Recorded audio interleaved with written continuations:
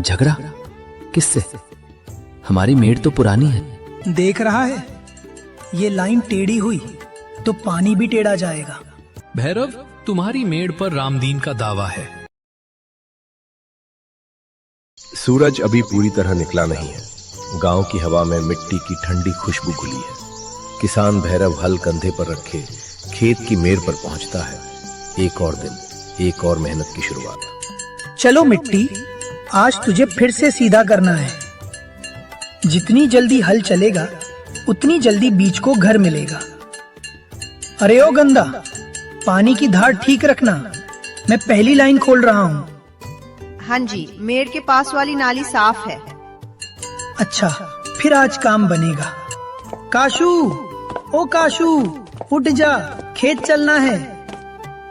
उधर आंगन में खाट पर काशू उनींदा पड़ा है। दूर से भैरव की आवाज उसे पुकारती है, लेकिन जिम्मेदारी अभी भी उससे दूर है। अरे बापू, अभी तो आग भी नहीं खुली ठीक से। धूप चढ़ने दो, तब देखेंगे। धूप चढ़ेगी तो मेहनत उतर जाएगी, समझा? रोज रोज वही हल, वही मिट्टी, इसमें रखा ही क्या है? इसी मिट्टी से रोटी निकलती है और उसी से घर चलता है। पर मेरे दोस्त तो शहर जाने की बात करते हैं, वहां काम आसान होगा। आसान? बिना पसीने का काम कहीं नहीं होता। खेत का हर दाना पसीने से उगता है बेटे। काश मेहनत के बिना भी पैसा उग जाता। पैसा नहीं, आदत उगती है। आलस की आदत सबसे पहले आदमी को खा जाती है। चल मेरे साथ मेड़ तक आ, बस देख ले, फिर जो चाहे कहना। ठीक है, पर मैं हल नहीं चलाऊंगा।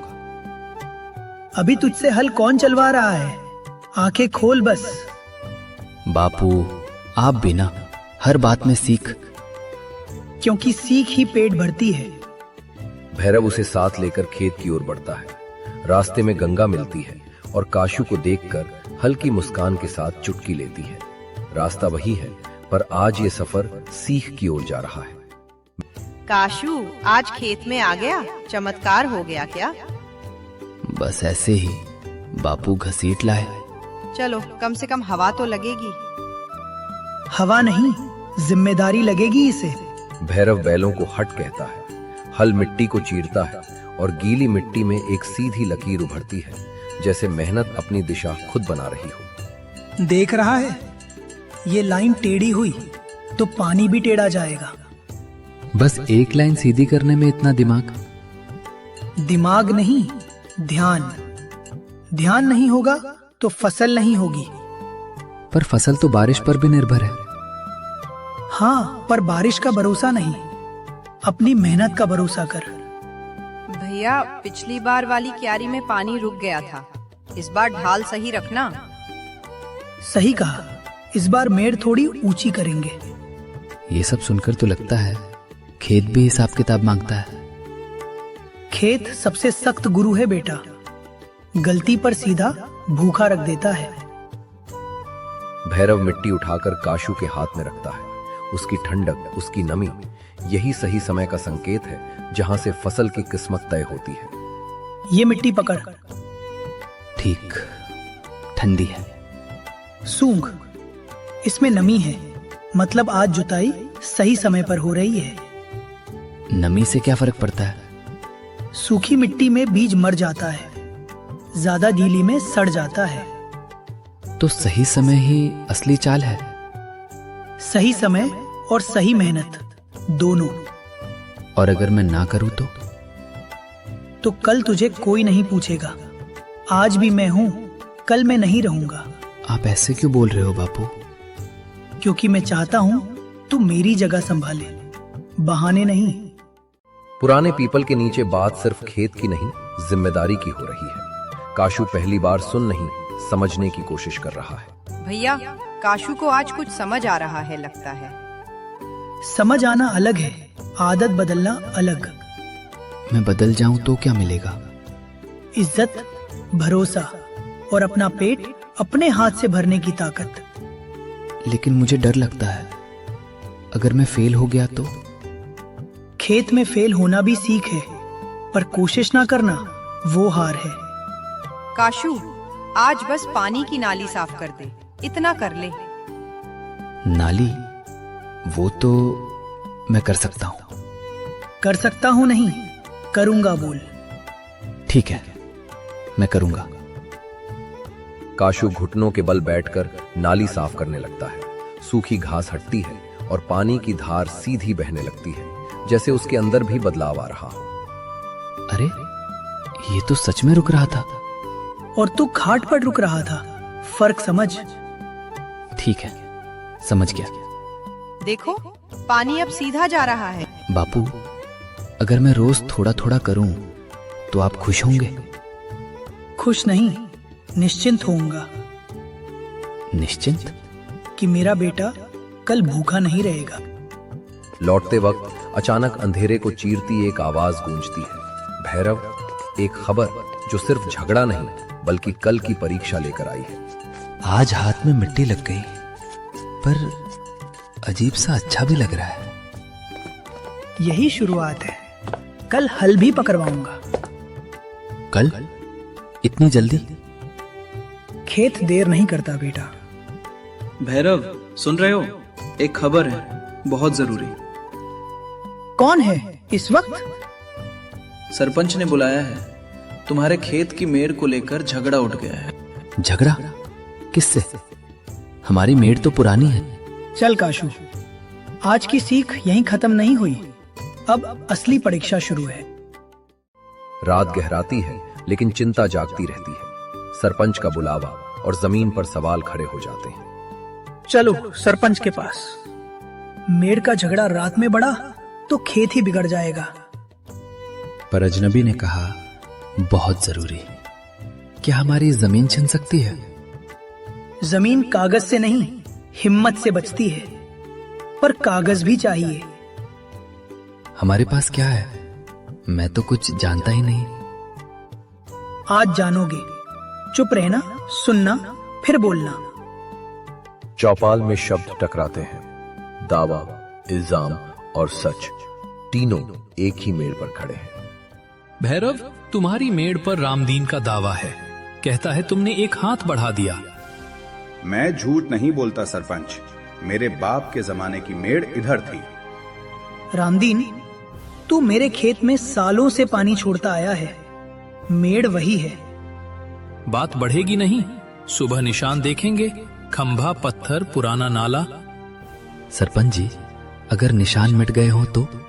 मिटे नहीं हैं, छिपाए गए हैं। इल्जाम हल्का रख रामदीन, खेत की मिट्टी गवाही देती है। ठीक, सुबह सूरज निकलते ही खेत पर पंचायत। आज सब अपने घर। घर लौटने के बाद भी सन्नाटा साथ आता है। डर, उम्मीद और जिद, तीनों काशू के मन में एक साथ लड़ रहे हैं। बापू, अगर कल फैसला हमारे खिलाफ गया तो हम मेहनत से फिर खड़ा करेंगे, पर डर से नहीं चुकेंगे। निशान ढूंढने के लिए अभी चले? रात में? रात में खेत में जाना ठीक नहीं, पर तेरे मन में कुछ और है। आपने कहा था खजाना खेत में है। मैंने कहा था खजाना मेहनत में है।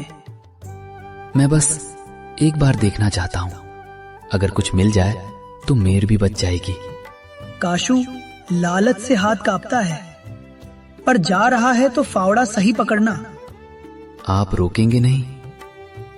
रोकू तो तू और भागेगा। जा, पर अकेले नहीं, तेरा होश साथ रहे। चांदनी रात में खेत कुछ अलग ही दिखता है। काशू अकेला है और पहली बार सच में मेहनत कर रहा है। चांद कितना साफ है, खेत भी अलग ही दिख रहा है। यहीं कहीं खजाना या मेड़ का कोई निशान। ये जमीन नरम है, शायद यहीं। हाँ, चल। मिट्टी कपड़ों पर चिपक गई, चेहरे तक। एक गड्ढा, फिर दूसरा। कुछ नहीं, बस पत्थर। ठीक, अगला। एक के बाद एक गड्ढे, लेकिन खजाना नहीं मिलता। हाथों में छाले, सांसें भारी और मन में सवाल, क्या ये सब बेकार है? हाथ चल रहे हैं, पकड़ ढीली पड़ रही है। छाले अभी से? बापू रोज ये करते हैं और मैं नहीं, आज नहीं रुकूंगा।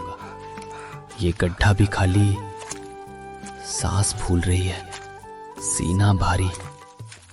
पानी, काश पानी होता। खजाना अगर है भी तो इतनी जमीन में कहां? क्या मैं बस बेवकूफ बन रहा हूं? काशू बैठ जाता है।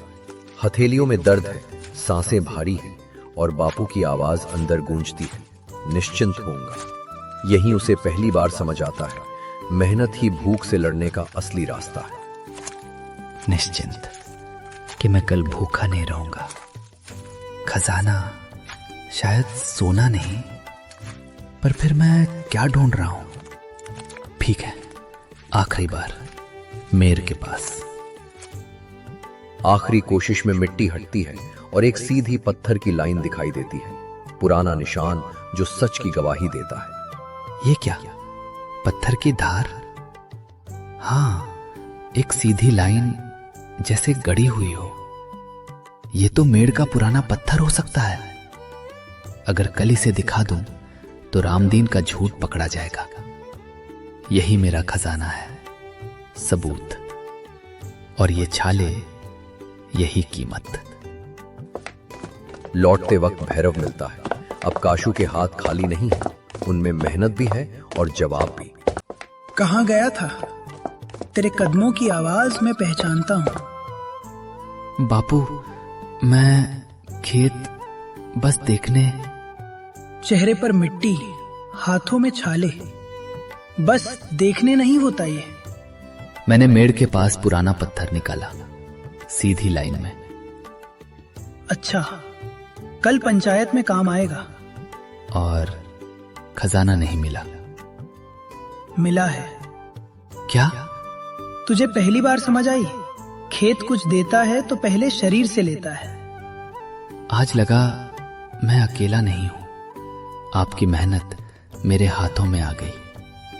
चल घर, सुबह असली लड़ाई है, शांत दिमाग की। सुबह होती है, गांव इकट्ठा होता है, मिट्टी अपना सच दिखाती है और फैसला साफ हो जाता है। सब आ गए, चलो निशान दिखाओ। मेरे गवाह है, मेड़ इधर थी। गवाह मिट्टी है सरपंच, और ये रहा निशान। सरपंच जी, ये पत्थर मेड़ की लाइन में दबा था। मैंने रात में मिट्टी हटाई। रात में छेड़छाड़ की है इसने। चुप, पत्थर पुराना है या नया हम पहचानते हैं, और भी इसी लाइन पर है। भैरव की मेड़ सही है। ठीक, गलती हो गई। गलती नहीं, लालच। पर आज बात यहीं खत्म। मेड़ वहीं रहेगी, और किसी ने फिर झगड़ा किया तो जुर्माना। बापू, बच गई। काशू अपने हाथों को देखता है, छाले, थकान और एक नई समझ। अब उसे पता है, खजाना जमीन के नीचे नहीं था। बापू, कल रात में सोना ढूंढ रहा था, आज समझ आया। बोल। खजाना वो नहीं जो जमीन के नीचे छुपा हो। खजाना वो है जो जमीन से निकलवाने के लिए आदमी खुद बदल जाए। और उसकी कीमत? ये छाले, ये थकान और ये सीख। बस यही चाहिए था। अब रोज थोड़ा थोड़ा, और कल भूख का डर कम। आज से मैं खेत से भागूंगा नहीं बापू, मैं सीखूंगा और कमाऊंगा। खजाना कहीं दबा हुआ नहीं मिलता, वो मेहनत में छुपा होता है। जब इंसान काम से भागता है तो खाली हाथ रह जाता है, और जब वही इंसान मेहनत को अपनाता है तो उसकी किस्मत भी उसी के साथ चल पड़ती है।